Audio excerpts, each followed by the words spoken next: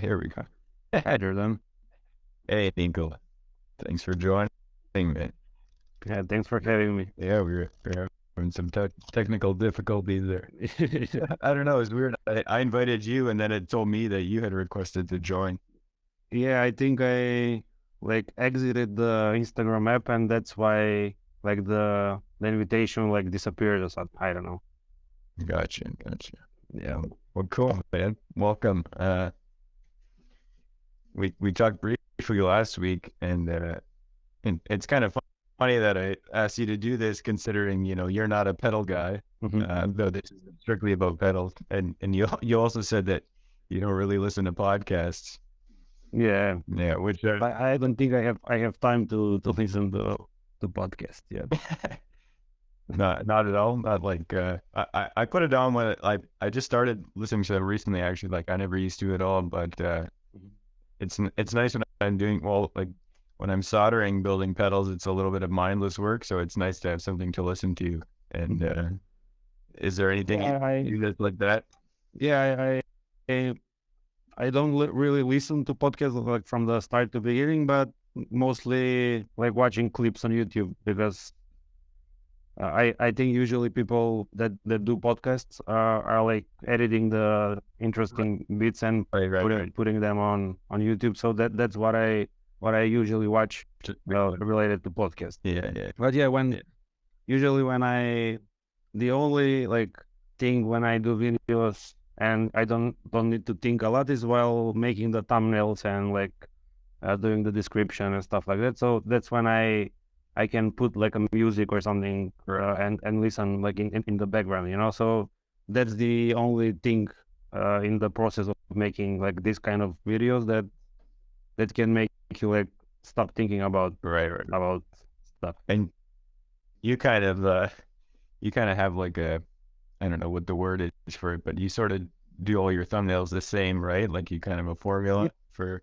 Yeah, well, because I'm pretty bad at designing, so I don't try to do a lot of different things because I think I think at the moment the thumbnails are pretty good, not the best, but I keep them that way so that they don't get worse, Right. I do remember seeing a shift of, because I think when you first did them, they were just like the clip from the video and there wasn't much to it, and then you changed like to a nicer style of one. And yeah, well, now I'm putting the album cover like behind me in a way, so right. people can read what's the song and then the album card like in the background. So I think it's better now than previous. Right. Yeah, that's good. I definitely I've been watching your channel since the start, so I've seen sort of the progression of like even the quality of your videos and the way that you've changed like the camera work, the camera angle, and so it's been cool to see that evolution, which maybe we'll get into that. One of the things I wanted to talk to you about was like how you got started posting. Part of the reason I'm doing this, like thought of doing the idea of a podcast or doing something live, was I'm a bit of a perfectionist. So I kind of hold myself back from putting stuff out because I spend too much time just thinking about it or editing it or whatever. And you had mentioned to me that when you started, you didn't really know what you were doing, and you just sort of like, you had no intention of anything. So just, I don't know, tell me about that a little bit. Yeah. Just the other day, like 2 or 3 days ago, was the 15 years anniversary in a way from my first video that I posted on YouTube. So that was in 2008. And I was just thinking the other day how I made the video and what was the process back then to put a video on YouTube, because YouTube back then was pretty like new platform. Yeah. So YouTube started around 2006 and end of 2005, I guess. And also the internet wasn't as big as it is now. There wasn't a lot of people like posting, and the YouTube was pretty new. So there were like a few guys because I started listening to the Chili Peppers and Frusciante. So there were like 2 or 3 guys posting like maybe like regularly back then in 2008. So I was young, like teenager, 15, 16 years old, and it was interesting to me to watch other people play the music that I want to listen to, and it was the way I was learning songs by. Even back then, I was learning by watching other people play the song. And I started thinking back then, how can I start posting videos? And my initial idea was to post videos on YouTube just to have to see the progress in my playing. So I'll post a video like today, and I'll see in 6 months how I played it back then and how I'm playing now. So I just wanted to see if I'm progressing or not. So just to change like the way of practicing and stuff like that. How So often were you posting at that time? sorry. How often were you posting at that time? Well, at that time, I don't think I didn't even have a schedule. Like when I could borrow my mom's phone because I didn't have a phone with a camera. Right. Yeah. So the process actually was interesting of because back then I don't know how at in my country at least we didn't really have like a way to buy the music, or so we had to download it like in some shady way on LimeWire, and Right. like there are some weird programs that when you download something you get like 15 viruses or yeah. Yeah, I remember. And also, yeah, so the first video actually I downloaded the song, I ripped it on a CD, and then I think I played it on a DVD player, so the music was coming out of the TV speakers. Okay. And I borrowed my mom's phone, and I like you don't know because you cannot see yourself with those phones back then. So I was just praying to be in the middle of the shot. So yeah, and I just put the phone and just started playing with the TV actually. Okay. And then Yeah, that the landscape then was completely different. Like I imagine you had no, like, I don't think anyone was even thinking like, well, it's pretty obvious nobody was thinking like YouTube could be a job or something. yeah, that's for sure. I actually put up like it had nothing to do with pedals. I didn't even play guitar then, but I think the first videos I ever put up on YouTube were around that time too. Like it was basketball highlights actually from I was trying to get recruited to play university basketball, so I had made my own highlight tapes and uploaded those. And those videos were actually recorded with like a whole like a camcorder. Like it still had the little cassette tape. So I would have to play the cassette tape through my TV and use a burner to burn it onto a DVD, and then put the DVD in my computer and rip the DVD.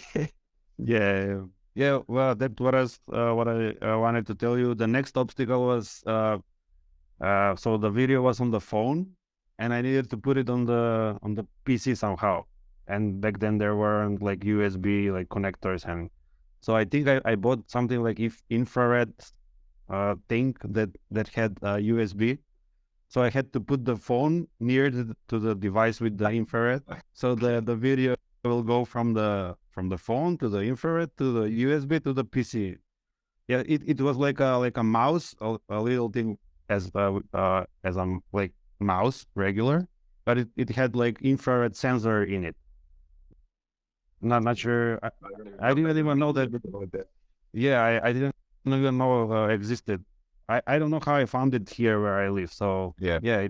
that was like a long process of recording and then transferring it, and then I'm sure because the upload speeds back then, I guess they were very slow. I can remember how long I waited to put it on YouTube, and there were no like editing or anything like that. So just straight upload to YouTube. And so that was just like I think I saw the clip that you had posted. It was a cover video, John Frusciante cover video. Yeah. So that's why I started posting actually, to just to track my progress in a way and see if I'm getting better or not. And after that, it was just fun for me because there weren't like comments, there weren't views, there weren't like anything. No, I don't think there were likes back then. I think there were like stars, like 5 stars, 4 stars, like 4.5 stars. Yeah. So yeah, I was just it was like a interesting hobby to me. I was like playing basketball, and also I was like recording videos, and that those were my hobbies. Yeah, it was like I hadn't done it much, but I enjoyed what I had done, just like editing the video to put the basketball clips together, put it to music. Like at some point in high school, in like a computer class, we had a project. We were to do like a slideshow and put it to music, and I always kind of liked that aspect of it. But I had been thinking about, making YouTube videos for a long time, and just sort of, the way that those kind of creative things can be sometimes, you just hold yourself back, or you put it off, put it off. So me starting to like build guitar pedals was almost like an excuse to like design stuff in Adobe Illustrator, or how to make videos a little bit, which, I'm still struggling with procrastination and, actually doing it, not being too much of a perfectionist, but it's, it's fun. I like just making stuff. Yeah, Though I've never considered myself too much of a creative person, and that's something that's holding me back. Whereas it seems like how you talked about it, you just started making videos and you had no care for like, yeah, you were yeah, just doing not, it. Yeah. yeah, not at all. I was just it was just interesting to me, as you said, for you, just interesting to start like designing things. It was interesting to me to start uh, tracking my progress, to see how am I doing, if I'm doing good or not. So and it just continued. I just didn't. There was a time when I like so I started in 2008. About 2012, 2013, I was like posting once a month, maybe once 2 months, whenever I had a time, or whenever I learned something new. So I remember I learned the Slaying Castle like intro, Yeah. and I was like, "Well, I don't care, I'm gonna post it, because I knew there weren't people watching, and so Right. I didn't even think about that maybe someone will watch it and will comment like something bad, maybe, or so I would be like demotivated to continue. I just didn't think about that kind of stuff. I was just watching other people posting videos, and I was like, well, I'll post myself as well, why not? Okay. Yeah. I was gonna ask, cause like I understand recording yourself to like see the progression, but I was curious, like, you could do that without ever sharing it or Yeah, posting it. So yeah, what yeah, yeah. what motivated you to want to share it?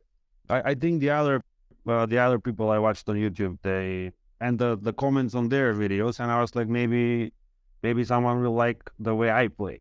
I don't know. Maybe that was the mindset. I don't really remember why I started posting instead of just keeping them, and don't really remember. It was like way too long Yeah. ago. Yeah. Yeah. So at what point did you start doing tab videos? Because I don't think I would have seen like this earlier stuff, but when I started trying to learn Chili Pepper songs for myself, I don't think you had quite that many. Well, obviously you didn't have that many because this is quite a while ago. But Yeah. when did the tab videos start? Well, that's an interesting story, and I I was learning by tabs, like from Ultimate Guitar and websites like that, like some chords websites. And I remember Davey 504, the bass guy that's like exploded and it has like 10 million subscribers right now. He was also posting like short bass clips. And back then in 2010, 2011, there was this thing on YouTube called annotations. And you can like, after you post the video, you can like put annotations with any type of text. I don't know if you remember that. And uh, you can like post the video, and then in the annotation you can write anything you want. So Davey 504 was recording bass videos, playing like covers and like Chili Pepper songs. And after that, he was sharing the text in the annotation format. So not in the video itself. He was not editing the video with text. Okay. So How did you access the annotations? Did it come up yeah, on the screen? yeah, they were automatically on, Right. like on screen, and you could like disable them. But if you put annotation in the video, they were automatically on. Yeah, So I think we remember that feature. I guess that's kind of like how cards and stuff pop up now. Yeah. So after those annotations, then cards and end screens, Right. like they changed it to cards and end screens. And actually, Dave Iofor made lessons for a few songs from I'm With You in like 2011. I think that album came out, and and he was doing the way that's when I clicked like in my head how I wanted to do like that video. So he was playing only the parts, not the whole song, so not from the beginning to the end, just like verse, like I still do my video. Right, like not going through the whole song because, like I know you put the variations in, but you know, kind of the main part because it's gonna repeat, right? So we don't need to spend like 3 minutes or 4 minutes on the whole video, but maybe like 2.5 minutes, and we'll have the whole song. That's when I started to think about doing tabs, but I didn't know how to edit the video. So that was I didn't know any like video editing software and stuff like that, and that's when I started. But in comparison to when I started, I was a bit like I could think a bit more, and as YouTube was getting bigger at that time, and like video editing lessons, you can find those on YouTube, and so it was easier to learn how to do those things. Yeah. So did you start doing it with the annotations first before you added them in?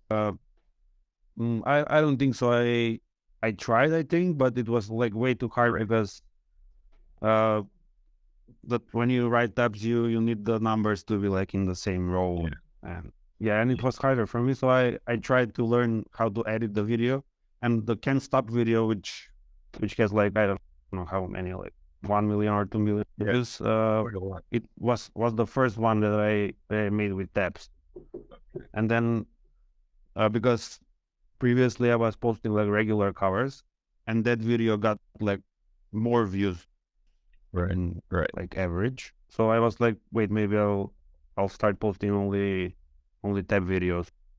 But back then I was changing a lot. I was doing like original riffs, I was doing tabs, I was doing covers. As I said, I didn't really care about. I started getting comments and everything, and that was great, but I didn't care about how many like views, because I didn't make any money from the videos. I didn't monetize them until I don't know 2016, 2017 maybe. Okay. Yeah. So it was quite a while. Like it's like the first video. Yeah. And I think the way that like monetization was even different then, right? Like now you need so many subscribers, so much watch hours to become a partner. Like back then actually there was some company there called MCNs, multi-channel networks, multi-channel network company, and they approached me. Like I was partnered with YouTube through them. So they were taking like, I don't know, 30% or 40. I was taking, or actually at the beginning it was 50-50, I think. So if the channel made like $80, I would get $40, and the other 40 would go to the MCN. That's interesting. I didn't know there was anything like that. Yeah, back then I remember around, I don't know, as I said, maybe 2013, 14, something. Was it? But like how are they helping you to? Well, they were saying that they are gonna help, like in terms of they were gonna. I think there was something about copyright as well back then. Like they had songs that they own licenses to them, and I don't really remember. Maybe they were helping with the. They said they're going to help with the designing of the like the banner and maybe stuff like that, like some small things, but usually they didn't really help. So they just took and I got locked in some contract for a few years, and Yeah, but I didn't make any money, and I didn't really, yeah, I didn't really care. Right. Well, that's good. But that's how I started monetizing. Okay. Yeah. Yeah, the copyright thing was something I was curious about too, because in the original Tab videos, I think you're playing over top of the actual songs, even though maybe they're slowed down in some of them. I was actually just using, I was trying to learn easily, which I think you had put up quite a while ago, and I was like, it still has the song in the background. Yeah. So did that affect things? Yeah. In terms of monetization? If you back then, so around 2016, 17, when I started to monetize, like 100% copyright claim if you use the regular song, which is normal, I guess, now, and it was normal back then. But I started to avoid it with the slowing down of the song, and somehow I guess, I don't know, the YouTube system also got better at recognizing, because back then there weren't like manual copyright claims as there are now. So at the moment there are like people in the like labels or like companies like that manually are claiming. So even if you're not using the song, they can see that you're playing like some song, and they can claim the video and get the revenue as well. But back then I was kind of escaping the claims with the slowing down of the song. But when the system got better, and started to recognize that this slowed down song is this song, I just stopped using songs at all. Right. So at the moment I don't really have much of like copyright problems because I don't use the song. But as I said, there are manual, like actual people that claims the videos. But YouTube got a bit better at that as well, because at the moment, if there's a manual claim on a video that doesn't use the original song, you're sharing the revenue. So I'm sharing, so everyone is making money. The label is making money, and also I'm making money because it's like a cover thing.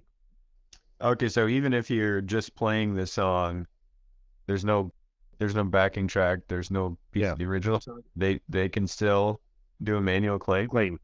Yeah. But it's not I don't know how's the word in English, but ineligible or something like that. So you cannot it's not that you cannot monetize, but you can monetize the video, but you'll share the revenue with the copyright owner. Right. Right owner, yeah. See, I didn't know that. I thought you'd be able to just, play it yourself and that would be fine. Yeah, there in some point, like before, I don't know what year, but I think if you played before like manual claiming, the thing that people at the moment are kind of I don't know what's the word, people are manually claim songs that they do not own, like I don't know how to explain it. So there are like companies that don't own the right to the actual song, but they can manually claim, and they claim it, and then you can dispute, and they're taking advantage of the Right. Yeah, I don't know how to explain it in English, but So yeah, the system is not. They're kind of banking on the fact that people aren't going to fight it. Yeah. Yeah, that sucks. Yes. So I had this video. It's a short where I play "Smells Like Teen Spirit" in style of Jimi Hendrix. Yeah. And some company claimed the audio to that video, and it's not really a song. It's just like chord progression, the chord progression from "Smells Like Teen Spirit," and it just played in a way, Yeah. And because the video got to like, I don't know, 100,000 views, and some company claimed it. So yeah, what you can do about it? You can dispute it, but usually the companies win. So you just don't dispute it and leave it as it is, And you're only getting half the revenue. Yeah, you on that video, it depends how they claim it. Actually, they can say it's a cover, it's okay, you can get the like some amount of the revenue, but some companies are claiming the whole thing, and you cannot monetize it. Jeez. Is it like what happened in the case of that one? Yeah, nothing. Just if you just move on. But like, I try to not. were you able to split that one, or were they claiming all of it? I don't remember about that exact video, but it was a short, so there wasn't like you cannot monetize shorts at the moment, like a few more days. So yeah, but it was interesting like situation because I didn't play any song in particular. Yeah. I was just taking like the style of Jimi Hendrix and played the Smells Like Teen Spirit chord progression, but they claimed it. So, and actually that was a time when I was getting a lot of manual claims. At the moment, something is happening, I don't know what, and I do not get as many manual copyright claims. Well, that's good. Hopefully that continues. Yeah, I hope so. Yeah, yeah. Because for example, year and a half ago, I couldn't like post Radiohead, like even like a short riff, like any riff, without using the original music. So if I posted a Radiohead riff, I was getting automatically manual claim. So some person was claiming that part of the video because they can do that. If the video is like 9 minutes long or 8 minutes or whatever, they can claim the 20 seconds of the video where you play the Radiohead song, and you'll have to share the revenue from the whole video, obviously. That's crazy. Yeah, I don't know if I explain it like if you understand what I'm saying. Yeah, I think so. I mean, like I've been curious about this in terms of like videos that I want to make for myself, like coming into more in the angle of like looking at the effects that John used in his song, something like that. It would be useful for me to like play the isolated guitar part, maybe even if it's just for, a few seconds or something. But I'm hesitant to do that for like in the case that I can build a big enough channel and monetize it someday. I want to, not have to worry about this copyright stuff. But it would be, like a useful tool to have that, like his guitar track side by side to like whatever I'm doing if you're trying to recreate the tone or whatnot. And I know people like throw around this like fair use term when it comes to like educational purposes, but I really don't have a good understanding of it. And by the sounds of what you're describing, it doesn't even seem worth it to like fight it because no way. Because I got actually, so we're until like now we were talking about copyright claims. Copyright strike is a like totally different thing, because if you get 3 copyright strikes, they're deleting your channel and you're done, Yeah. So, and I got a copyright strike for tabs and not for using any audio. I don't know if you're aware of that. No. Yeah, so I was posting Polyphia tabs, only like short riffs, not the whole songs. Yeah. And Polyphia are selling official tabs for their songs. Okay. Yeah, I noticed the only one I saw on your channel was like the goat intro, and that had I removed the tab from it. I blurred it. Oh, okay. And if you want to hear the story again, I can tell you what. I must have saw it before you blurred it, because I did go through that. I tried to play it. Yeah, so I was doing Chon tabs, which is like a similar band to Polyphia. And then after doing a few Chon tabs, I started doing Polyphia tabs, and Polyphia wasn't as big back then, 2018 or that's when they released Goat and they become like extremely popular. So I in 2018 I started posting tabs for riffs, not for whole songs like I did with the Chili Peppers. And honestly, I didn't know they were selling official tablature for their songs. And after like I maybe posted like 7 videos for Polyphia, and people started commenting that why are you like posting Polyphia tabs if they're selling? And that's when I realized that they are selling official tabs. I didn't really know why. It's not like I I was buying the tab and then just copying and pasting it in the video. I was writing myself, and there were like mistakes in those tabs, and I wasn't writing back then in Guitar Pro, which I do now. I was just like in a regular like document format tabs. I don't know how they're called. And so that was 2018, 2019 when I posted those videos. And I continued to post like short clips of the guitarist was releasing like new music, and there weren't official tabs for those clips. So I was just tabbing those because I knew people wanted to learn them. So no official tabs for those riffs. And last year, I guess 2021, the company that owned the rights to the tabs copyright strike a few of my videos. So they deleted it. They asked from YouTube to delete 3 of my videos because I used like I just posted, I just wrote numbers for the Polyphia songs.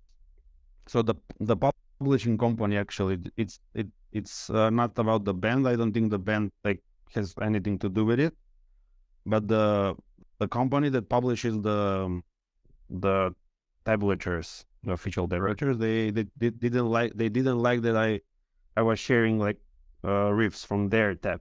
That's why what they were saying, because I was I don't know what was their like official saying, but it was something like that I cannot share something for free if they are selling it for money, you know? Right. And I didn't know they were even selling the tab video. Like, yeah, I just started like doing a research on what's happening. I didn't know that was the case, and actually I can get in trouble for posting tabs online. So it's not under the fair use in terms of like educational content and stuff like that. You cannot the thing you were saying, that you wanna show people how John is using his pedals and stuff like that. So that might fall under educational content. But what I do with the tabs, because the tabs are related to the music, and if you don't own the license to the music, you can have a copyright problem. So so they copyright strike a few of my videos, and I kind of I couldn't get hold of them. I was writing emails and everything. Yeah. And they replied after like, I don't know, like a week or 2. And we decided to blur the tab so that they can remove the copyright strike, because I didn't know what to do, because I got one copyright strike. If I have got like 2 more copyright strikes, it would be like dangerous. And that's when I started actually doing YouTube as a job. I quit the other job. Right. And a few months after that, I had this problem. That's tough. I just want to clarify, there's a couple of people commenting saying that, like, asking about the Chili Peppers, if they're allowing you to do the tabs, and I think they must have came late. So I just want to tell them, you're talking about Polyphia tabs right now, not the Chili Peppers. Yeah, but I might have in the future I might have problems with those tabs, because there are companies that are selling. So I saw there is like official tabs for the last album, and there's official tabs for Blood Sugar Sex Magic. So those are companies, publishers that own the right to the music, and because of they own the right to the music, they can write the tab and sell it for money. But at the moment, I'm posting tabs on this website called mymusicshit.com or something like that, and they own the licenses to the songs. So I think I'm kind of out of trouble, because if they ask for a license, I kind of have the license because I post the tabs on the website there. Right. And so I think at least I think I'm safe at the moment if something similar happens. Right. And I suppose you could always just do play along videos without the tablet. Yeah. And that would I mean, it's a little bit more, well, that actually brings me up something I wanted to ask you about. Well, I've got a couple things now, but maybe I'll just go with this one. Mhm. I think that you've made some really interesting, like camera angle choices. One of them I was thinking about this morning, how you've done sort of like the overhead view, Mhm. where the guitarist here, you're looking down, and you can even see your knees, and it's like from the Yeah. perspective of playing the guitar. And I thought that was an interesting choice, and like a good one, because that's how you're gonna see it if I'm trying to learn what you're Yeah. playing. And it made me think, like typically when people are playing with another person and then trying to figure out, oh, what's that guy playing? You're looking at them like, across the room, and you see the guitar or their bass or whatever backwards, right? So we're not Yeah. typically looking down like that. Mm. And I just like imagine this funny situation where you're in a room jamming with somebody, and they've learned to play guitar from watching your video. So it's like the only way they could pick up what they're playing is to go like stand over their shoulder. Yeah. Oh, here. Yeah. But Yeah. what made you have the idea to try and do it that way? Like, Well, I don't know. Does that? there I don't were think anyone else does that. yeah there are a few channels on YouTube that are doing that. Actually, the other day I saw, like, I didn't even know about that channel, but I saw a channel that only plays with that angle. That's it. And Yeah, I I actually meant saw to say that I haven't seen it. I'm not like super. I don't know all the channels, obviously, yeah but I haven't seen it before. yeah there was a video. So I started doing that last year, and I didn't know how to do it. To be honest, I didn't know how to set up the camera so it can be seen like that. And I saw some channel, and the algorithm actually just pushed the video for some reason, the other video that I saw. And I was like, wait, how I can I wanted to try it for myself. And I guess people are clicking a lot of it because a lot on it because of because it looks weird at first. Yeah. I was talking with a friend, and she was like, "Wait, why are you playing like upside down?" And while we were talking and watching the video, it clicked in his head that it's actually like point of view, Yeah. and it's not upside down. So you need like a few seconds to process that the angle is actually from the point of view. And yeah, I just saw a video. I don't even know what song the video played, but I wanted to try it. And for my video, actually, I'm not even setting up the camera like from behind me. Actually, it's from the front, but a bit higher.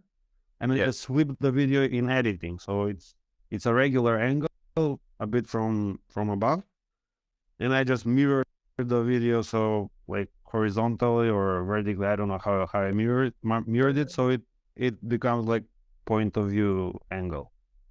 Yeah. And as I said, because it looks weird at first. I guess people, that's why they click on those, because I don't do thumbnails for those videos, and most of them are getting picked up by the algorithm because a lot of people are clicking on it and like commenting something. I don't know. Right. Commenting about the angle. Yeah. Usually about the angle. Actually, when I first made the change, a lot of comments were about the angle. How a lot of people were saying it's good. Some people were saying that it's bad. So yeah, Yeah. I guess that's my theory why those videos got like more views than usual. Yeah. Yeah, that's cool. I noticed that like on some of your Instagram ones too, that you've been like making use of the vertical video, but I think on the last one I saw you had like the tab in the middle and the neck and the right hand. Yeah, I saw that from someone else as well. I'm not really inventing anything. I'm just seeing something and trying to work it out somehow to be useful in a way. Yeah, well that makes sense. Like I try, and when I'm putting posts up on here, to like make use of like all the screen vertically, Yeah. which, you know, why not? Yeah. You know, that's great. Um, the other couple things that I had come up when you were mentioning like Polyphia and that other band, Sean, is one thing I was always curious about uh, was like, how did you get into the Chili Peppers versus like the other music that you listen to? Because I don't know like what other bands are on there, but I think at one time, like I noticed when you started doing the Tron riffs, and I hadn't heard of that band until you had posted them, but like listening to it, it couldn't be any more different than Chili Peppers.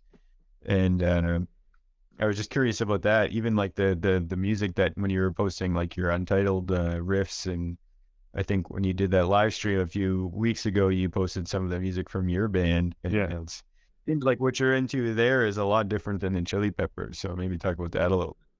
Yeah, well, I started listening to Chili Peppers when I started playing, actually. Because in my family, there is no like guitarist or anyone to tell me, hey, listen to this band, it's good, it's a good one. I just, uh, as I said, like at the beginning, there was no like YouTube or Spotify or anything like that. And I think I started playing in 2006. That's when they released Stadium Arcadium. Yeah. And then in California video was I was watching VH1 and MTV and channels like that because I started playing at those at that year, and that's how I started listening to the Chili Peppers, because I liked I guess the solo on then in California was like, wow, this is like extremely like difficult. Like I'll never play it. And I didn't even play electric guitar back then. I just only had the acoustic one.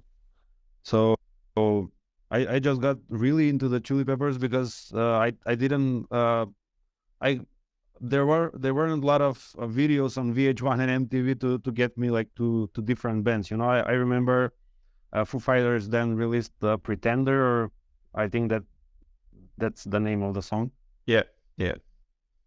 So there were a few videos on TV, and I just liked the Chili Peppers more than the other bands. But a few years after that, I started playing in cover band here where I live, and that's when most bands came to the conversation. But I still kind of liked more the Chili Peppers than the other bands for some reason. I don't know. I never really got into Nirvana or Metallica or those mainstream bands in a way. Right. And so from when I started playing, like 2006, 2007 until 2018, 2012, until like John left in 2008, I think, right? 2009, I believe. 2009, and then he released the Imperium. That's when I was like very like excited because he left the band, but then released his album.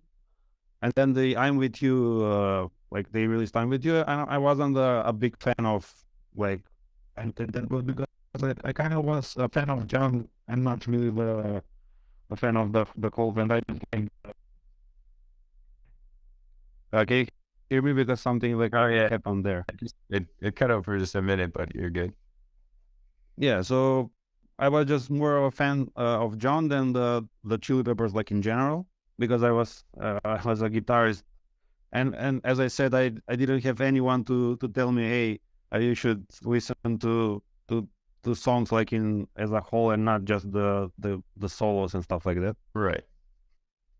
And that was until 2011, 2012, and that's when I got in the band that I shared on my stream.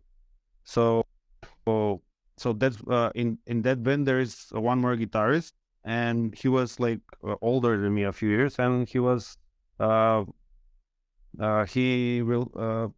that band actually existed before I got in it, and they have released an album before, like a few years before that. So my point is that the guitarist I played with knew more about music than myself, and he started sharing his like favorite bands, and that's when I started like moving around in terms of like genres and how actually he taught me how to think and how to listen to music. I didn't even know how to listen to the music, you know. I just liked what I saw on the TV, and that's it. I didn't really try to discover anything new, you know.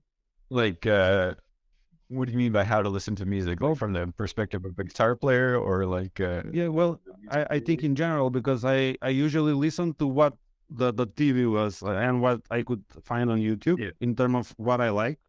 And I was usually listening while doing something else. It was back then. I remember. I think we were talking with him about like sitting and listening and not doing anything and be focused on what was happening in the music and not being focused on something else that you were doing. So I remember I was in at the university and like I don't know, I was solving like math problem or something, and I was listening to the music while thinking the in the math problems, you know.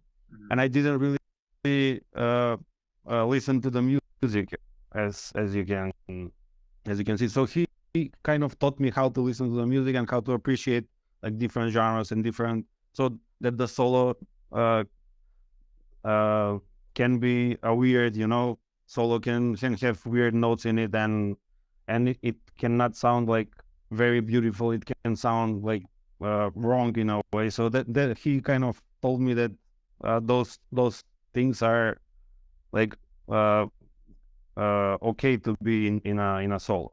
And also he was writing most of the music, so I guess he was kind of teaching me on purpose so that I can start like write with him as well. Right. That makes sense. So Yeah.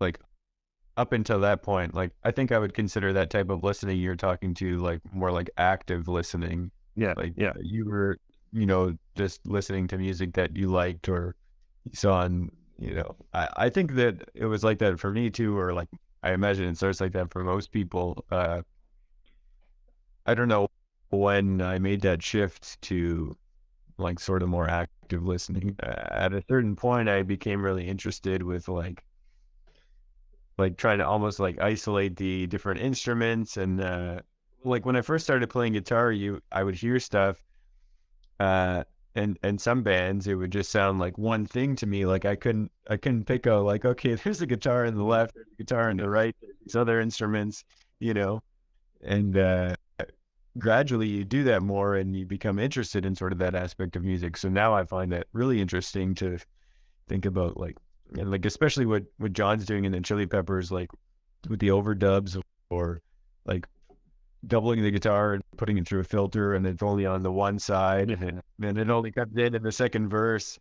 Uh, it's cool to see those changes, but not everybody listens to music that way.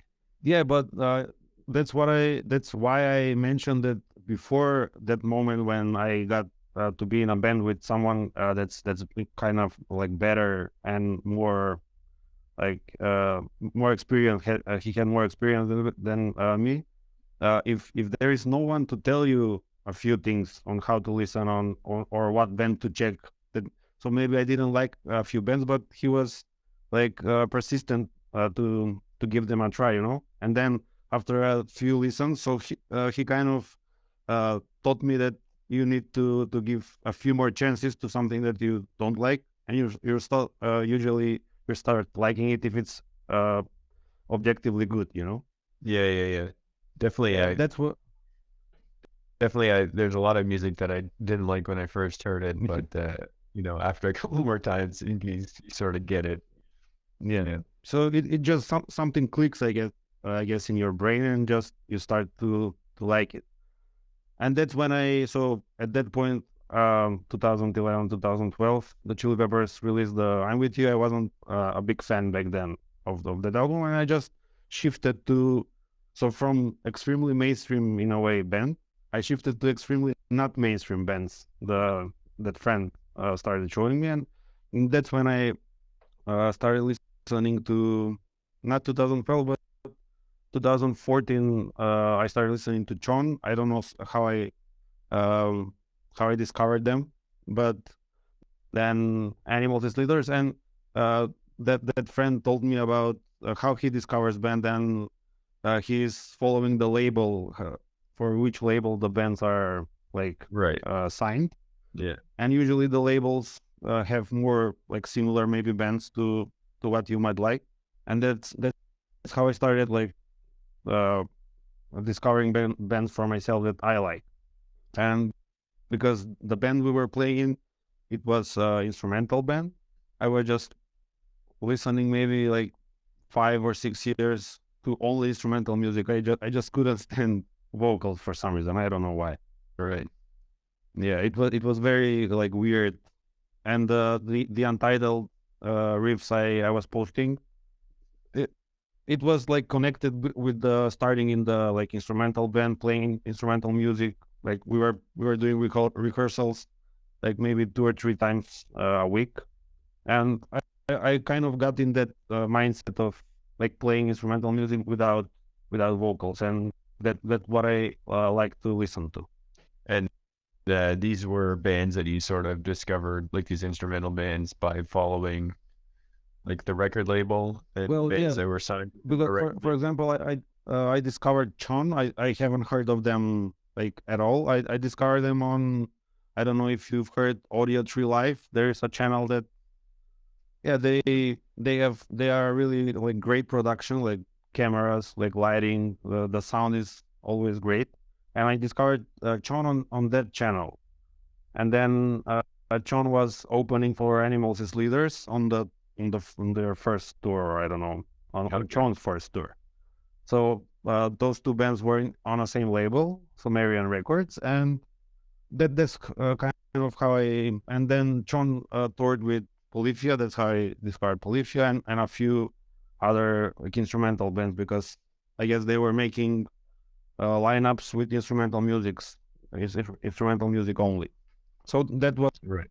kind of the way of discovering different bands that I like. Yeah, I don't know that I've done that very much. But in terms of like trying to branch out for music that I do like and find new bands, I like to try and see maybe what kind of music they like or what music inspired them. Yeah. And like I've been turned on to a few bands that I like from doing that with the Chili Peppers. Hmm. Have you done that at all with bands that are related to the Chili Peppers or ones that they've talked about?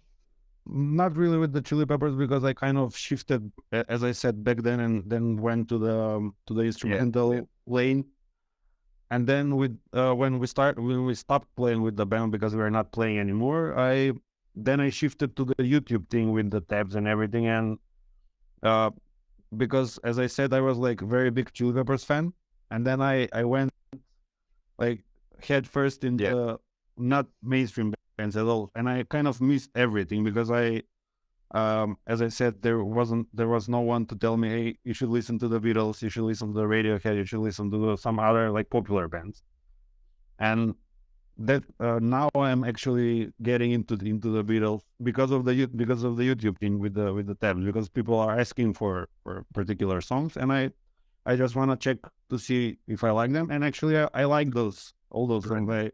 I like most of the Radiohead thing that I missed, actually, because I went from very mainstream to not mainstream at all. So I didn't know anything in between. Right. So that's how I got to start making Beatles videos and Radiohead videos, and I don't know. Now I'm trying like different things with Alice in Chains and Nirvana and stuff like that. Yeah. Bands like that. Yeah. Which I guess are similar to the Chili Peppers. The thing you asked. Well, the same time frame, I guess. Like I see, like being like in the 90s, though I don't see like the Chili Peppers really fitting into like the, I don't even want to use the word grunge, but that's sort of movement, although it was like the same time. It's pretty crazy to me that there was a time where like Nirvana, Pearl Jam, and the Chili Peppers were all playing together. Yeah, I think I've seen the poster about that. Yeah. That show. Yeah. Yeah. What a time to be alive. Um, I lost what I was going to say. Well, I'm excited that you're doing more Radiohead songs. Like I feel like there's still so much for me to learn in terms of like John's material on guitar, and like just even with the Chili Peppers alone. It's pretty much all I've tried to learn, and a lot of it has been like at least started from watching a lot of your tab videos. Mm-hmm. So wait, how long have you been playing? Actually, I don't know how you started with the. I guess maybe I know with the pedals, but with the playing, I don't know. Yeah, no, I I first picked up a guitar I think in 2007, which was when I was in I guess grade 11, and I did like the guitar class in my high school, and I had no music training, or really wasn't that interested in anything. I played basketball mostly, and I listened to like a lot of rap music at the time, and it was actually I think Guitar Hero coming out that got me interested in guitar music, and that's where I first heard. Well, I shouldn't say I first heard the Chili Peppers, because I did recognize the Chili Peppers from the radio, but like that's all it was to me, was like those radio songs. But that was sort of my first introduction to like to them, other than what I'd heard on the radio. I think what was Suck My Kiss was on Guitar Hero 3. That was the one that I had. So that got me into like Chili Peppers and Pearl Jam and the Strokes. So I kind of started with bands that were like that.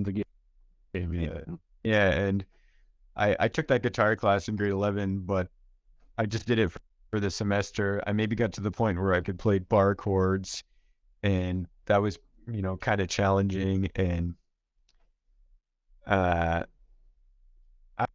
after that, I didn't really like. I actually got like way better at playing Guitar Hero than I did at actual guitar.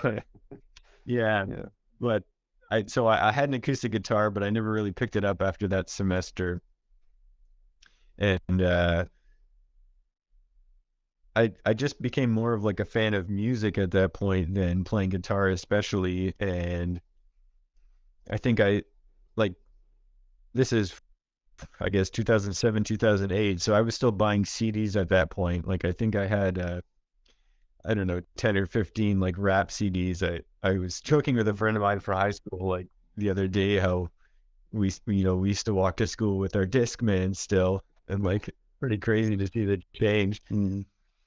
But yeah, I started buying CDs then, and then I started I think around 2011 I started going to concerts, um which was like, again, like something that was like completely new to me. And up until that point I'd only listened to rap, and my sister got me into country a little bit, but this is like starting to get into guitar based music, and I saw some rock bands, and I started going to festivals. I started collecting records. So the time between, I don't know, 2011 to 2015-ish, I would say I went to a lot of shows and I collected a lot of records. And that's probably when I was more into listening to music, like when we were talking about like actively listening.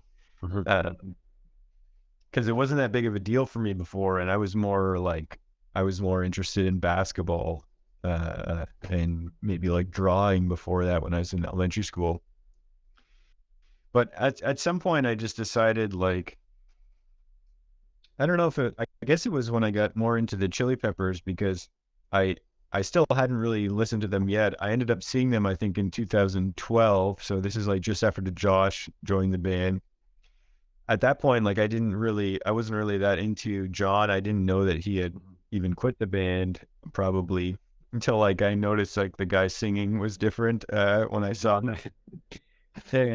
But I With You was actually the first album I listened to by the Chili Peppers, because it was streaming free on iTunes like the week that it came out, which like streaming wasn't even a thing yet. But I listened to it. I was like, oh, this is pretty good.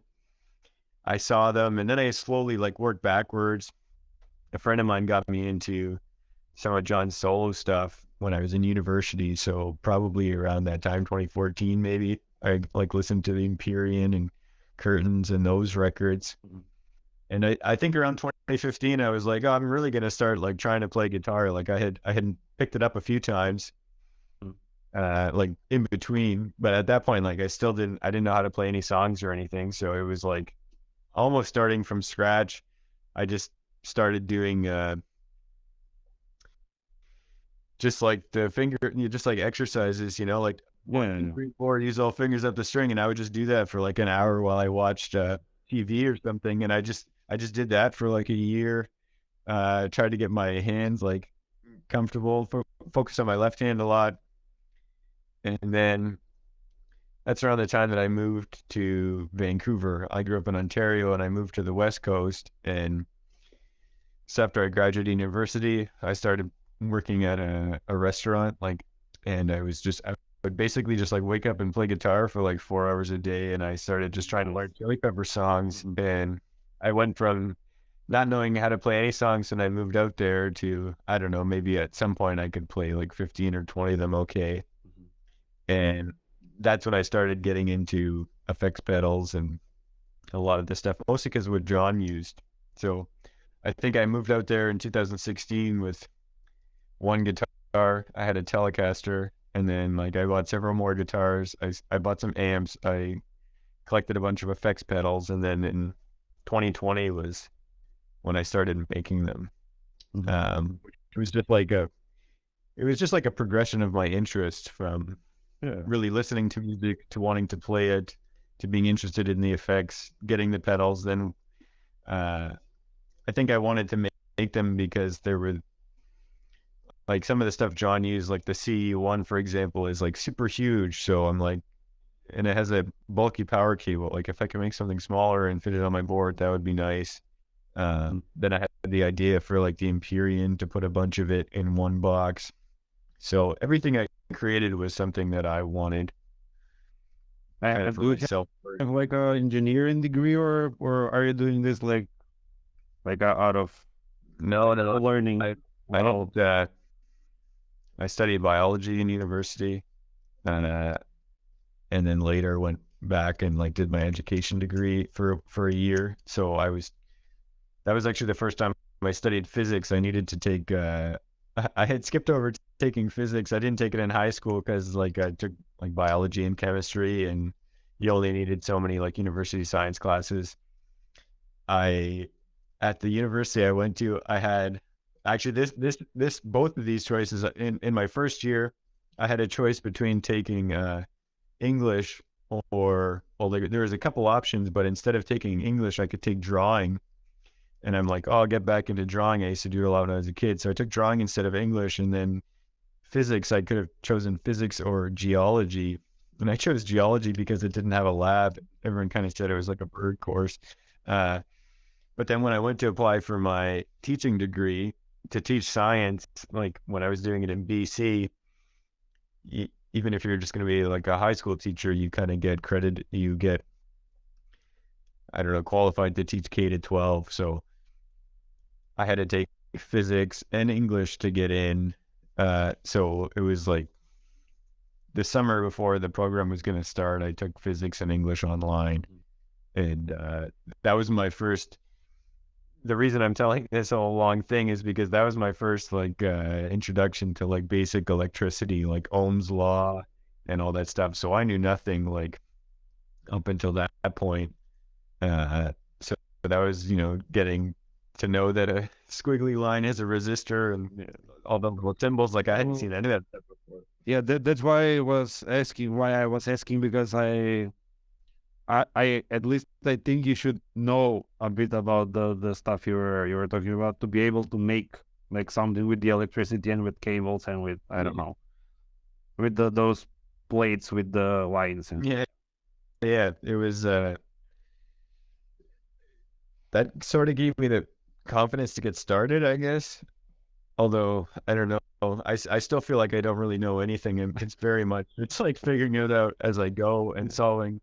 Like I've always been a smart guy, and I think I'm good at solving problems, so that's kind of what it is. And I don't know that like if you were to study electrical engineering, like I don't think you're going to learn that much stuff that would be like, you're probably going to move away from stuff that's related to guitar pedals. Like I don't think that's what you're studying. I mean, there's probably some place to go to focus on more audio stuff, but I just decided to, I guess it's kind of like what you're saying with YouTube. Like this was the one thing where I'm just like, I'm just gonna do it and see what happens. I made the choice. I didn't know. I just thought, like I was talking about the CE1, like I want to get that sort of the crunch sound out of it. So I'm going to try and make a small one, just the preamp section. And I just spent like a lot of time looking at the schematic. And when I first started looking at it, like you could find it online, the schematic for the whole chorus pedal. I didn't know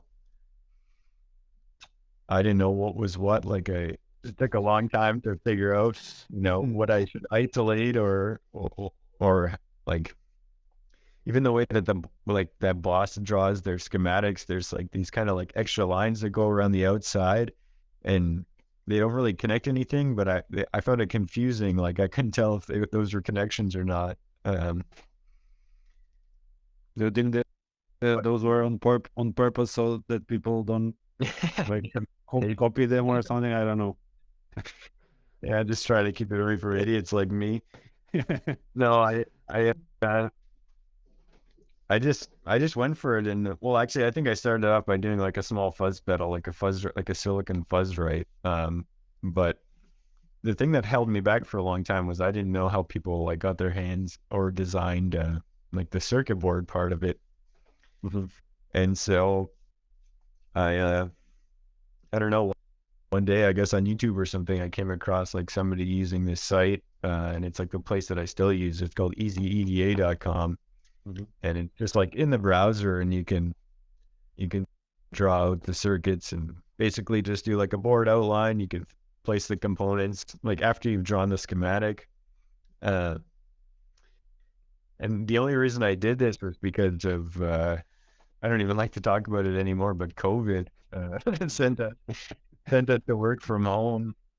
I was teaching high school at the time, and it was like March break. Got the announcement like at the end of the March break, like we're not coming back in the classroom.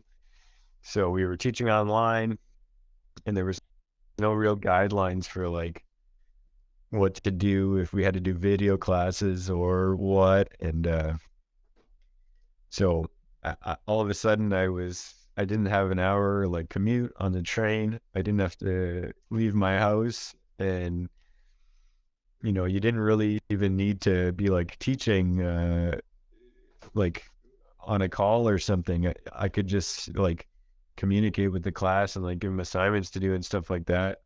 So I had a lot more free time, and that's when I decided to just like give it a shot. And I just kind of kept doing it.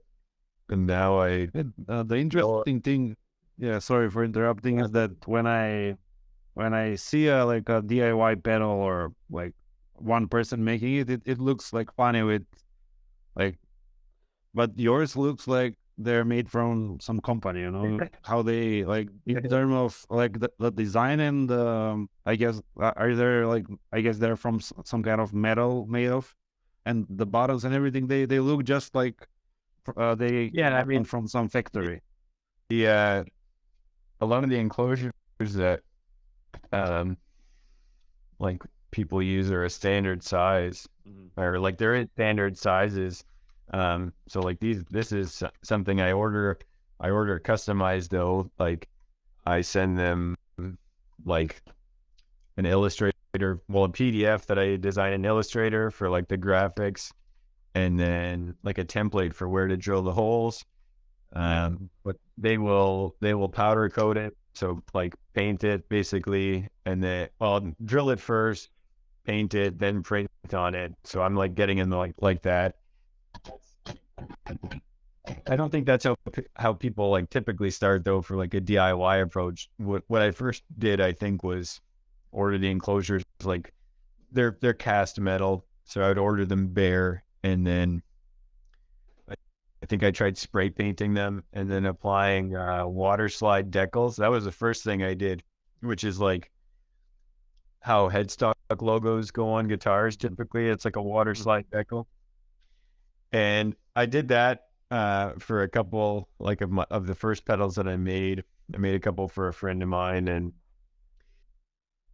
it was kind of a pain in the ass. And it was really like it would be like a raised edge.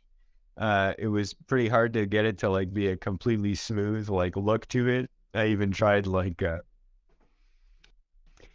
putting like some I forget what it's called, but that kind of like epoxy resin on top. I did that on a few, and like I was doing this in my like apartment and like painting things and like drawing them out on the balcony. It was a whole process, and it didn't look great, and it was a lot of work. And I'm like, if I'm gonna do this and like make these and sell them, I can't do this every time. So I was glad that I looked into some other options. And so like the UV printing thing is really cool. I think a lot of companies will do screen printing too, which yeah, it'd be cool to do screen printing. I have done screen printing on t-shirts and stuff before, but yeah, I found a place that does the UV printing like pretty cheap. So I've stuck with that. And yeah, I think just the way that like things are in 2023 now, like I have access to a lot of the same stuff that, you know, a bigger company would have. Yeah. So it just comes down to like figuring out, I guess, the best ways to go about it. And for me, I want to learn more about like what's actually going on in terms of like the circuit design and advancing from the point of like just making the preamp of the CE1 to like doing the full chorus pedal, taking on this, like doing a chorus pedal, doing a flanger. That forced me to learn about the circuit more, because like it's a little bit more, I don't know, it's a little bit more complicated, because like with the flanger, like I did an electric mistress, there's a bunch of trim pots inside that need to be like adjusted, and that's what made me buy an oscilloscope, so you can actually like look at the waveform. There's also like a clock frequency that feeds the delay chip that'll determine delay time. So like these things need to be set kind of precisely. And yeah, it's. I know, I have talked with someone who works like in factory and on things like this. Have I had conversation with someone who is like in the business, kind of with in the pedal business. So everything I've done so far has been just like watching YouTube videos, looking at DIY forums. Until recently, I've been in email contact with someone who is, I'm not actually sure what his background is, but he's really well known on the DIY forums. And I had contacted another, like a more reputable pedal company, and was asking some questions like about stuff that I was stuck on. Yeah, that was my question. Yeah, initially. This particular guy, you know, didn't have like the time to kind of give me the sort of response that I required, but he put me in contact with someone who I've been able to ask questions with, or two, I should say, and that's been really good for just like guiding my sort of thought process. Although I usually have very specific questions, so it's hard to find those very specific answers. And that can be kind of frustrating. And I've tried like several times to reach out to people with specific questions, and sometimes people don't want to help. Yeah, which, you know, like sure. I guess it, you know, I guess there's different reasons for why people wouldn't want to, but it kind of sucks when it comes to that. Yeah. But you know, you just end up learning a lot from trial and error. It's not too much different than anything else.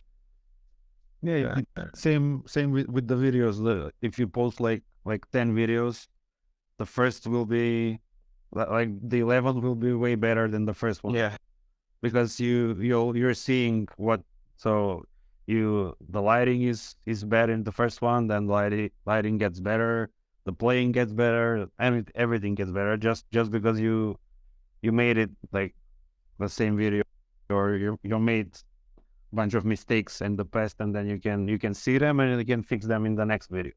Yeah. That's the mindset I've been trying to have lately. Like this year, I made more of an, like, I'm making a challenge to myself to actually upload more regularly.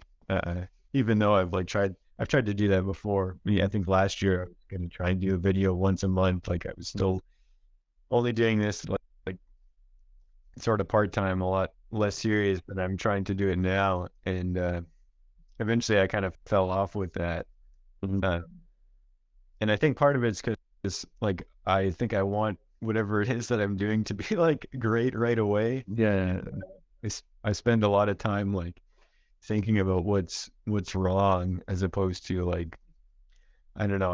I talk to friends or like other people who have seen sort of what I've done so far, and they're like, "Oh, like it looks really great." And I'm just focused on like the issues that I'm having, or like what I haven't been able to do yet, or what's gone wrong. And I keep trying to remind myself like it's it's okay. okay to not to be perfect at first. Yeah. Yeah, and just be a little bit nicer and to myself, and realize Mm. that if I keep doing it, like eventually it's gonna get better. Like it has to, Yeah. If you keep doing it, there's no way it will like get worse or anything. You'll just see what needs to get better, because if you don't do it and just think about it, you won't be able to see what's not working. Yeah. That's like pretty much all I've been doing up to this point, is thinking a lot about what I'm gonna do, but not actually doing anything. Not doing it. Yeah. Yeah. Like the fact that I made that video last week was like a big step, because I even had a folder for like some of the stuff that I was going to include in that video that I must have created like over a year ago, and it just kind of sat there. And Yeah.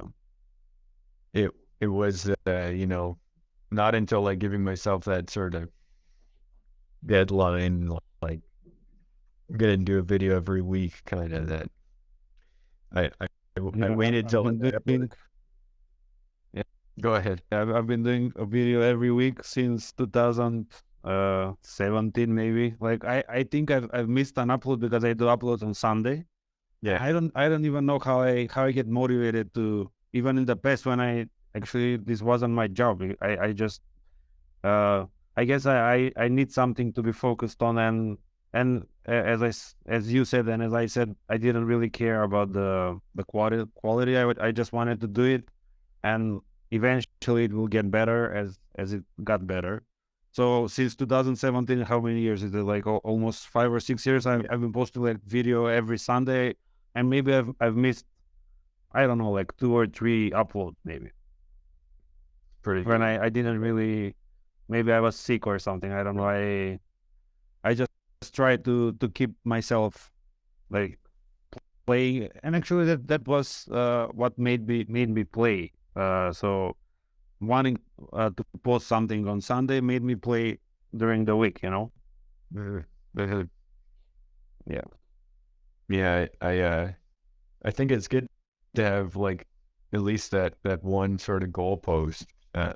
Like the thing I've been struggling with the most with like the pedals is that I feel like there's so much stuff like that I'm trying to do, like just building them, learning about that aspect of it, uh, designing them, thinking about like how do I market it. Like Hmm. I've been trying to learn that stuff on the side, and I've just been overwhelmed with like all the different hats I'm wearing, like trying to be, start a small business. That I just kind of came to the realization that focus maybe on that one thing, like doing that YouTube video, and then trying to center content around that, where they're like, that gives me a reason to like email people or to post on social media. And hopefully you can cut up videos to, use as reels or whatever. Yeah. Yeah. But it's better that you just like do something, even if it's just one thing, and do that one thing consistently. Eventually that's going to become a habit. And then, hopefully you can start adding new habits, new layers to that. Yeah. I think my another issue that I have is I try and change like everything at once and put all this pressure on myself to like, you know, that's kind of what I'm doing right now. It's like this new year, it's like everybody does their New Year's resolutions, and I always try and do it and end up like giving up. But I figured that this year I'm like really just gonna like focus on this uh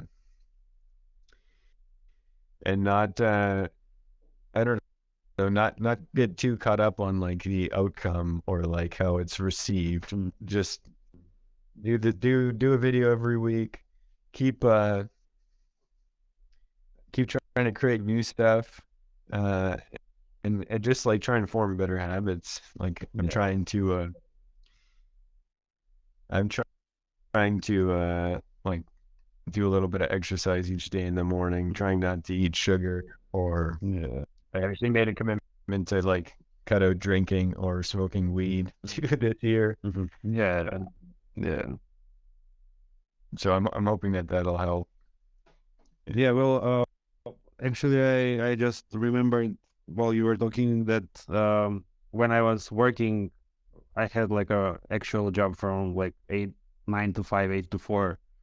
And I remember while working there thinking about what am I going to play. And I was playing, so I was working from 8 to 4 and then going back home, eating as fast as possible, and then getting from 5 to 8 at least a few hours of playing and editing and stuff like that. So it was like a schedule for me. I didn't even thought about not doing the playing part of the day, So the playing was there to stay, and I was going to schedule everything around it, and obviously the regular, the full-time job. But the playing was at the beginning more as a like hobby. I just like to do that.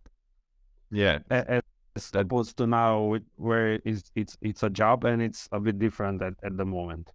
Do you find it harder now to like this job compared to the last one? Not much. Just like I don't know if there's probably some different pressure that comes with it, and like now that you sort of have like your whole day to focus on it, like at least to me when I have these big chunks of time, it's so almost like I find it hard to figure out like what I should do now when like I don't know that I got a whole bunch of different things on my plate. I don't know what it's like. You gotta prioritize. You gotta manage your time. Yeah, that I feel that that's the most difficult part compared this between this job and the other one. So the other one was like a regular job. We had like a boss, like someone who is like watching you what you're doing, and he's making like things to making you do things you need to do. So he's going to say do this, do that. And now I'm all alone, and I'm like, wait, there is no one to tell me what to do. I need to prioritize, as you said. So today I'll like look for a song. Tomorrow I just try to make some kind of a schedule and stick to it. So usually on Mondays I try to find a song to tab. I write that at least I hope to start writing the tab. During Tuesdays I do something else. The Wednesday and I just try to find the great, like the good schedule, and just to stick to it. And not change a lot. Right. At least that what works for me. Well, that's the thing. You got to find out what works for you. And I think I'm still trying to do that. But like going from having a regular job to trying to do something on your own, like anything like that's more difficult when you don't have someone else to hold you accountable. Like it's very easy for me to do something when I know like there's like this external deadline, or like I have to do it because there's no pressure from there's no pressure for customers. So at the previous job there were customers and they were asking for something. I was gonna say I'll finish it until that day, and it was pressure to finish it until that day because you promised to something to someone. And now I don't have like that kind of pressure to finish something because no one is here like looking at me and pressuring me to do it. You know, I just try to push myself to finish something until someday, but it's I won't like get yelled at if I don't do it.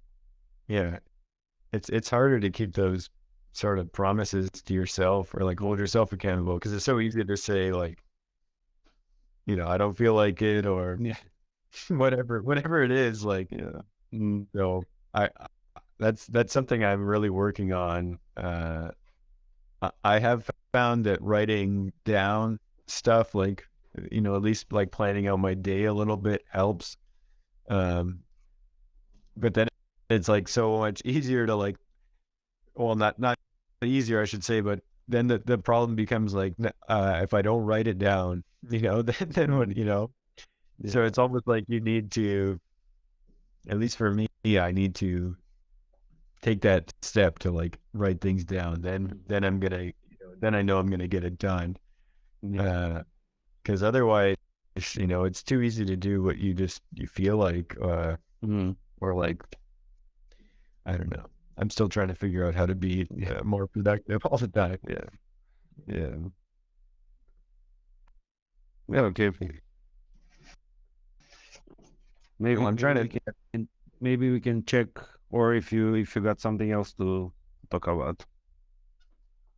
Yeah, I feel like I don't know if there's any questions. That was something we talked about before. Maybe we could answer some questions. Yeah, but I haven't been able to really keep up with the chat. I don't even know how to find the comments. Oh, really? Is it not like coming up at the bottom of your screen? Yeah, they're coming up, but it said that multiple people are joining, and comments are somewhere in between, and I cannot find like actual comments. Yeah. Well, somebody asked, how did you get into Hendrix? We can go with that. There is actually like a place on my screen for people to like submit questions. But I think that's a specific thing. I don't see anything there. But what's the Hendrix thing was like after when I started taking YouTube more seriously, and obviously because I was posting Frusciante stuff, people are asking for Hendrix, and I've never really, before YouTube, I've never really listened to Hendrix, and I'd never listened to like older music from the 60s, from the 70s.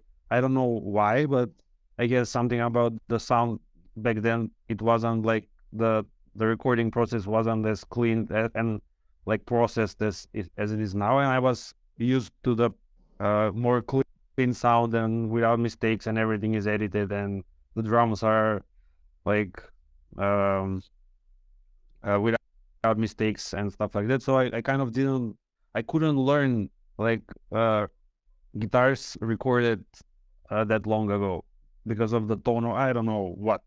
But when the YouTube started getting more like a serious job and people were asking, as we talked previously, I started actively listening to it, and I found it really, really great. And when you think about it, no one before Hendrix is doing what he was doing back then.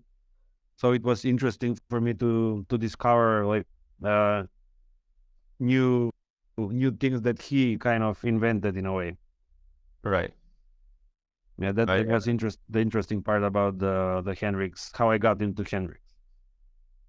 Like in terms of his playing style, you're talking about like the kind of the stuff that John has pulled from it. I've heard him mention though that like he wasn't necessarily the first person that was doing it. I've never listened to this guy, but John talks about someone named Curtis Mayfield who was sort of playing in that style before Hendrix anyways. Yeah, I haven't heard of him either. Yeah, I've never listened to the music. I have been trying to go back and like I've listened to a lot of John's interviews, and he talks about a lot of the people that have inspired him as a guitar player, and I've been trying to make lists and at least listen to some of it. Yeah. which is, no, I have I'm interested. to plug in my phone because my better. Yeah. I think we're getting a couple questions coming in now. It's 1:30, so maybe we'll go for another 15 minutes or so. Yeah. Yeah. There's a couple questions in here, and I saw one come through the comments. Someone was asking about like how to start playing with the thumb over the top, like Hendrix and Frusciante. Yeah, I've never really thought about it in like I just started doing it without thinking about it. So and it's the same with the I was talking with someone else about strumming patterns and how people are like trying to learn every strum. So you strum down twice and then you strum up Right. twice, and that never really like clicked in my head how can they try to learn that way. So I just and also with the thumb over the top, I just saw someone like John do it, and I just tried it and tried to copy what I was seeing. I didn't really think about, oh wait, here instead of bar chord, I'll go with the thumb. So Yeah, I think it's definitely like both of those things are feel things for me. When I first started playing, I didn't like doing like the full sort of bar chord shape. Like, and like now I really don't. It feels like way more comfortable. Like, I don't know, maybe I have bigger hands than most people, so it's easier, but yeah, it feels really comfortable to have almost grip it like you're gripping a bat or something, you know? yeah, Um, yeah. So it's just I just tried to copy what I'm seeing, and I never really thought about, wait, I'll instead of the thumb I'll do the bar, and then instead of the bar I'll do the thumb. So just play and see what works better. yeah, it's almost like what we talked about listening to music before. Like the first time you do it, it might not be, it might not feel right, but then keep doing it, you'll start to like it, or you'll start to figure it out. Let's see. I'm a big Chili Pepper fan. What tips would you give to learn their songs? I want to master all of them. And then there's another one, advice or tips to become a better guitarist. They're kind of general, but what do you think? Yeah, well, for me, because when I started playing, as I said, I didn't really think about. Maybe I was thinking about getting better at it, but I wasn't like pressuring myself as some people do. So this month I'll learn 4 solos. Next month I learn like 5 songs and stuff like that. I was just um, as we talked, there wasn't like YouTube and like a lot of songs circling around. So I was just trying to have fun and learn what I liked. So that's it. Like nothing else. And from this perspective, it's all about patience. So just try to learn everything you like to listen to, and the progress and getting better will come in, even without realizing it.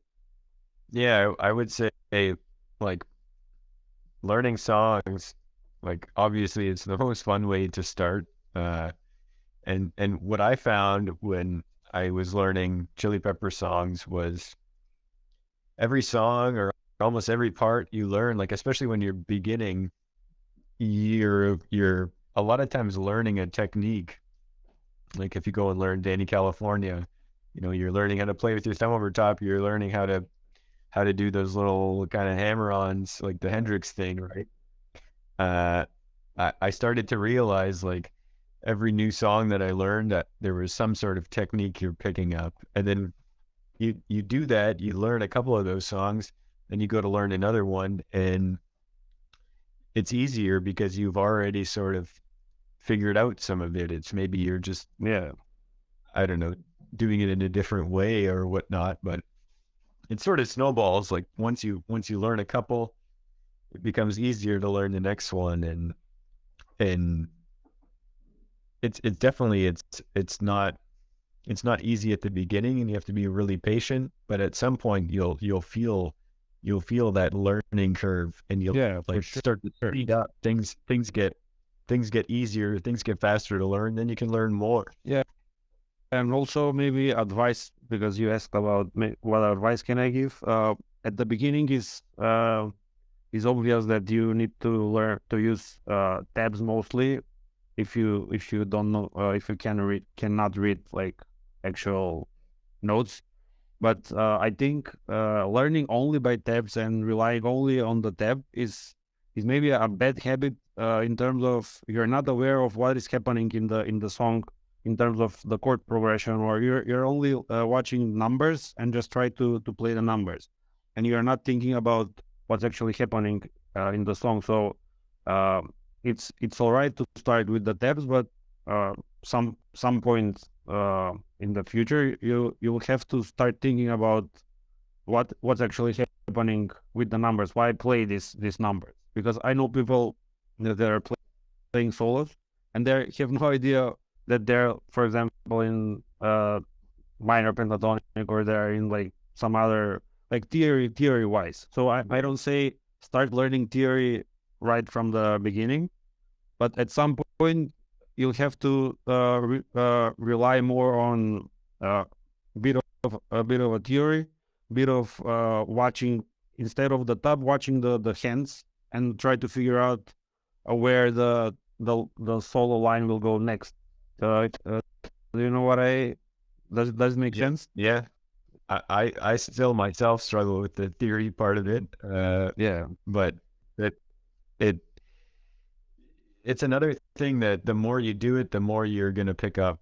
And it's like little pieces here and there kind of add up, and yeah, you'll start to sort of recognize things, even if it's just maybe focus on the one song, figure out what the chords are, figure out how the chords relate to each other, yeah. and That's how I started actually learning theory. I don't have like official like how it's called, like I'm not educated in music like generally, but I was curious to figure out, for example, I don't know, the snow riff. You're playing the riff, you know the tabs, you can play it, but I was like, wait, what's happening? What am I playing here? And so that I just started thinking about, wait, this is this chord, then you have like this one, then you, so it's like four chords, and you're playing like the triads of the chords. So it's, but it's not about what's happening, but the mindset of trying to understand what you're playing.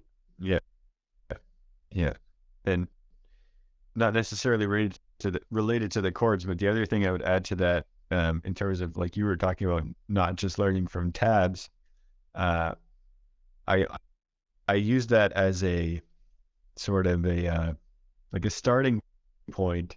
But sometimes, like you talked about like Ultimate Guitar or like websites for the tabs, like pretty much every tab I would find would not be completely right.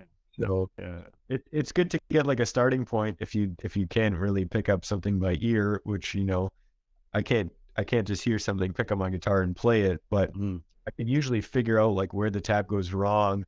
And so try and do that from the beginning. Let your ears guide you. Like if you can figure out, don't just accept that a tab is right. Listen to the guitar part. You can usually figure out if something's off, and then try and figure it out that way.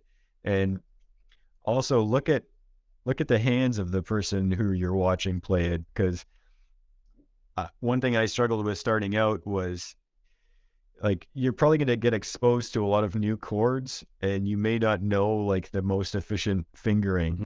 And especially when you get into parts that sort of mix chords and melody, where you're playing like a lead line on top of a chord, it's sometimes hard looking at the tab to like see the chord shape, if it's like an arpeggio or something even. Yeah, for sure. Or like there's some extra notes thrown in. So I try and look at the person's hand, see how they're figuring it, and if maybe they're not even doing it the most efficient way, try and find the most efficient way to finger those chords to your left hand. Yeah, for sure.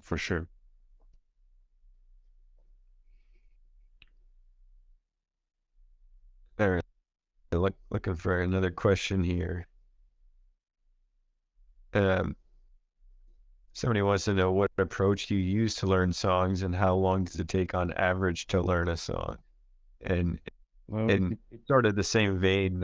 Someone else is asking how to learn by ear. yeah, well, usually, so when I choose a song and I wanna make a video on it, I first try to find other people playing it, and then I try to find live performances of the song. And if there is none of that, I usually give up on the idea, because I'll have to use I'll have to spend a lot more time to learn them only by ear. Right. And that what was happening with the two new albums with the Chili Peppers, when there were no covers for new songs, no live performances, no covers, and the only thing you can do is just. And I had a trouble with most of the songs. I was spending like hours maybe to tap them.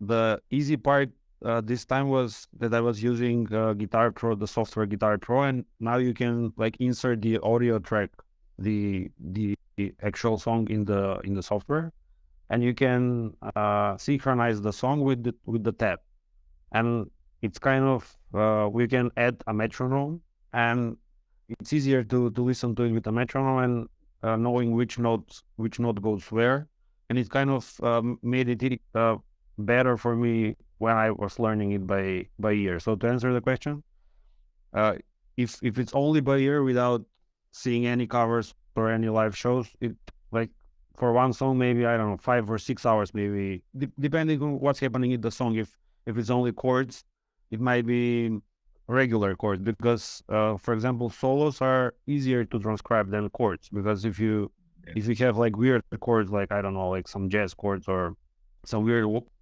voicings, because you can hear if you do this for a long time, you can hear a regular voicing, for example, regular C major voicing, and some like C major with the E or the G in the bass, and something different is happening. So if the song is like regular verse, chorus, verse, solo, I would say without any videos, maybe like 5 or 6 hours to learn, to listen to it, to tab it, to practice it, And if there are covers of like the live video and covers of people who play it like correctly, it's way easier, because you can see the hands. I know the shapes. I know when they play a solo, I know where they will go, because I know the Scale. which scale they're playing. So it's like maybe half of that. For example, for tabbing it, only like 2 hours, for example. Right. When you're talking about putting those files into Guitar Pro, is there any like automatic transcription that happens, or is it just like syncing? No.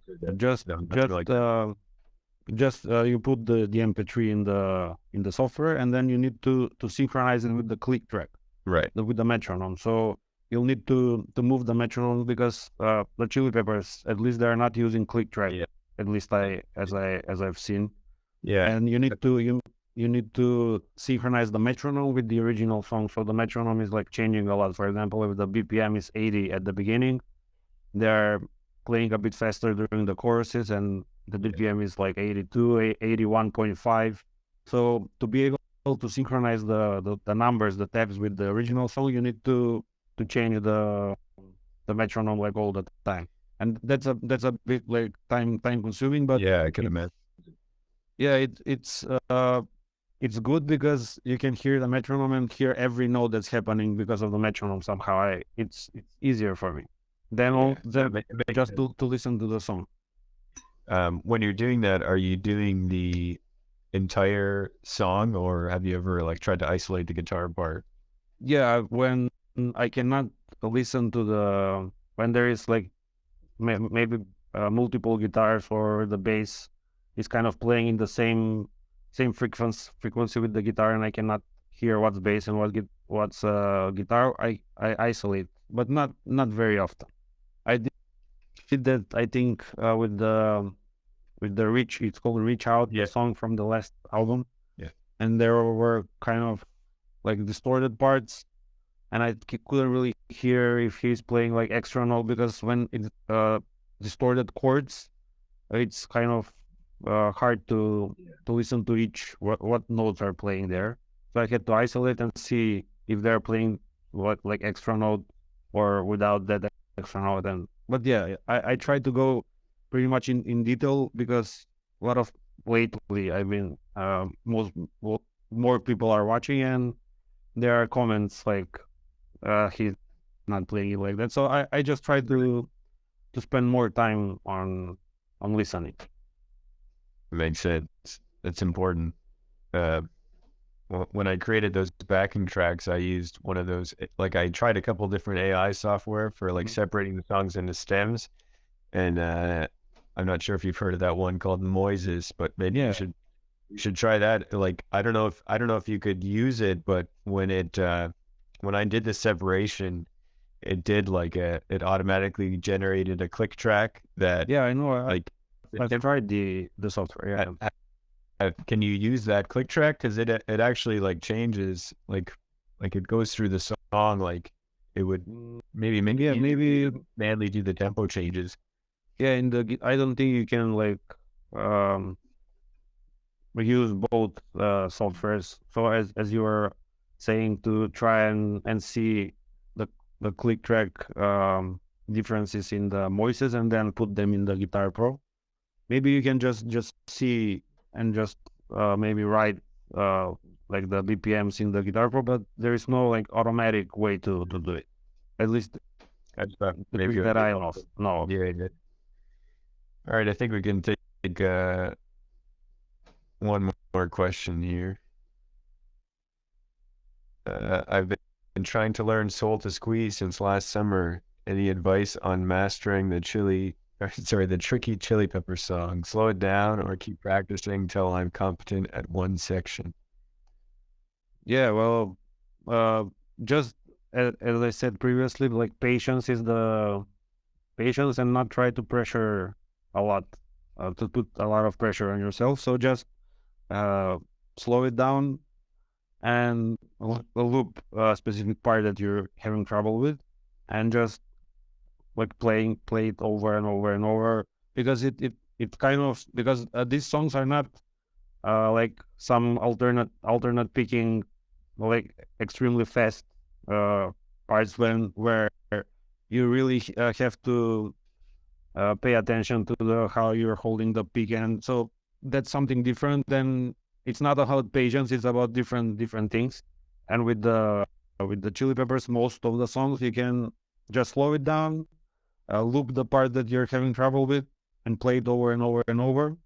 And I think the muscle memory will come in, and like the things will get better just because you're playing them over and over and over. Like there's no like other secret, you know? I think slowing them down is probably like one of the most helpful things to do. Like, and that's why I play them like slowed down. I play them slowed down before YouTube added the function to slow the song. Yeah, that's helpful. I definitely will. I try and slow it down and then gradually speed it up once you get it under your finger. Yeah, for sure. And another approach, like different than just playing the same part, what I like to do is, like, especially when the songs have a lot of different variations, like maybe each verse is slightly different. A good way I like to do it anyways is to try and just get like the main part under like first, and be able to like play through the song, play through the changes. Maybe you don't play through every single variation, but get the verse progression, get the chorus, maybe even just like skip over the solo, but like I like to commit like the structure of the song to memory first, and then I can go about, figuring out the little, or whatever. That's, I think, even better for motivation, not to get stuck. For example, you start with the song and you get stuck like in the second chorus or something, and you just get demotivated and don't wanna play anymore because you got stuck. It's way better to just, if you get stuck somewhere, just continue, try to finish the song, learn like easier version of it. For example, I don't know, in Soltus Quiz, for example, because someone asked that, Yeah.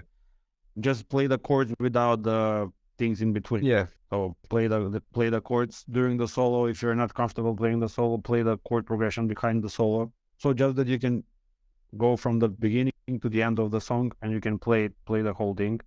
And I think it's motivating to be able to play the whole thing without any mistakes, without getting into details. So when you're comfortable with playing it like the easy version with the chords, you can start like adding a few like details, few harder parts, if we can say they're harder parts.